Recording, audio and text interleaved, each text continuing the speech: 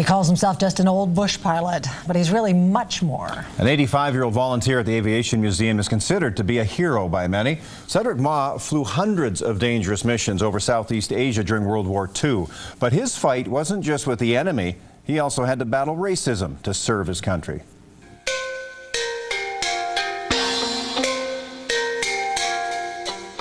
I inquired about getting in the Air Force, but at that time, no Orientals were allowed in the Air Force.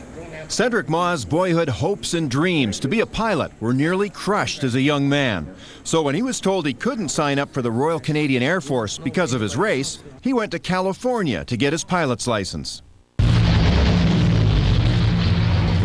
With World War II raging in Europe and an urgent need for pilots, Mah was hired as a flying instructor, first in Winnipeg, then Edmonton. But he longed for action. When the opportunity arose to fly supplies into landlocked China, he got on board for both patriotic and personal reasons. My mother and 3 sisters were caught there. So not only to aid the war effort, I had to see if I can get them money because they weren't farmers. How could they live? He flew hundreds of cargo missions over the towering Himalayas and into China, often under heavy fire from the Japanese.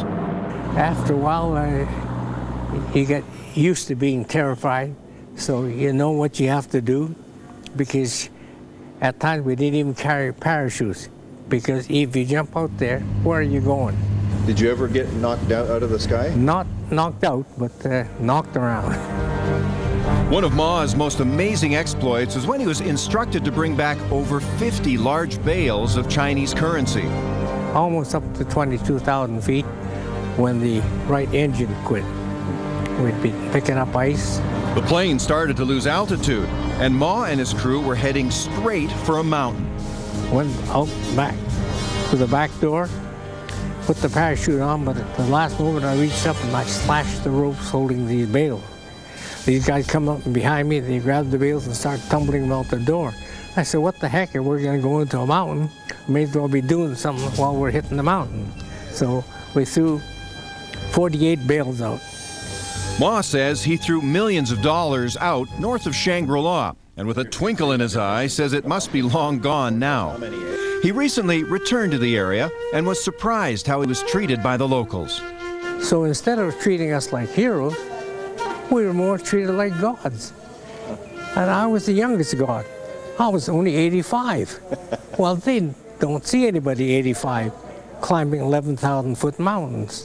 Today, Cedric Mah looks back proudly at his war years. After all, he really had to fight and win 2 battles to serve his country, racism and the enemy. You keep fighting.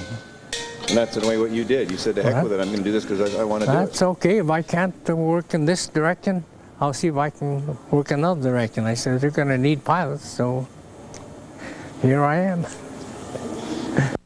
Now, as for Cedric's family trapped in China, while he was on leave in China toward the end of the war, Cedric spotted a woman with thousands of refugees with a Hudson Bay blanket wrapped around her.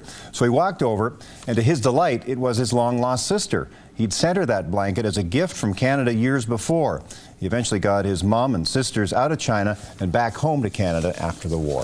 It was a fascinating story.